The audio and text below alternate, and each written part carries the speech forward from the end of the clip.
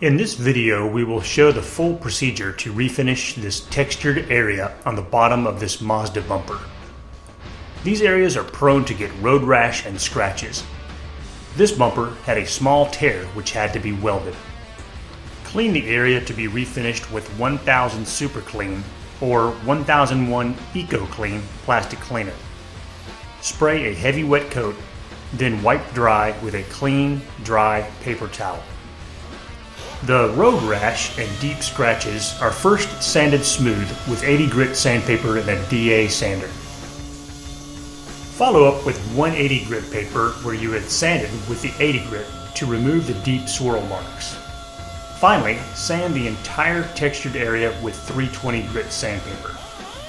This will increase the bite that the primer will have to the surface. It is not necessary to sand all of the texture off. You just want to make it look dull. Okay. Blow the plastic dust free with clean, dry, compressed air.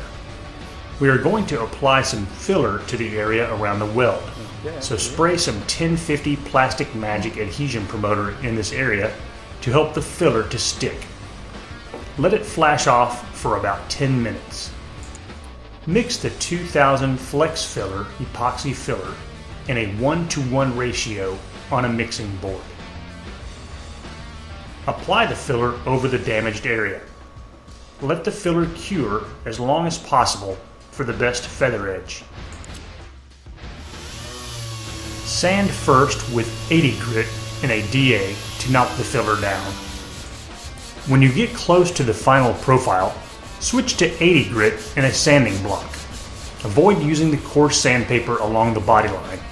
You will profile the body line later with finer sandpaper.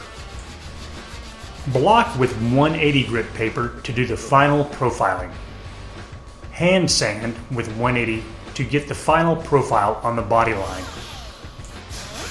Finally, DA with 320 grit overall again to blend the repair area. Make sure there are no shiny spots on the textured area.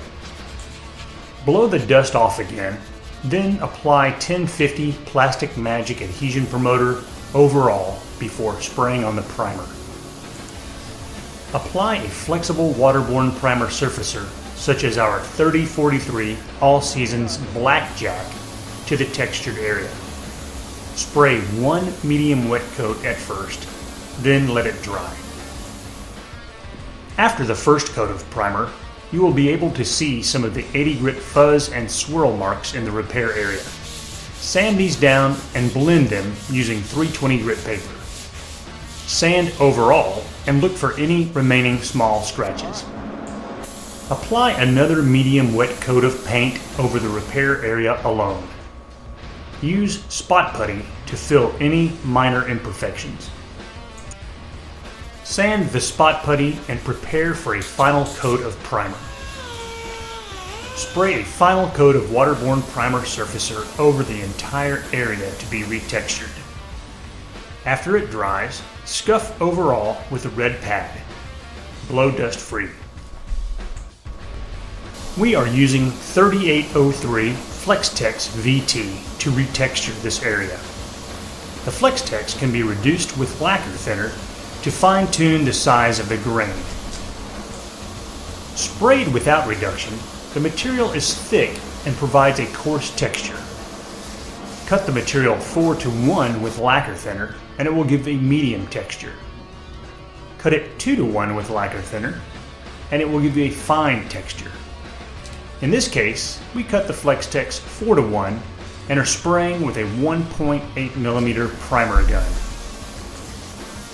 Apply one light coat overall first. Note how far the gun is away from the work. You want to splatter the paint on, not flow it out. Keep the gun moving at a steady pace and try to get an even coating.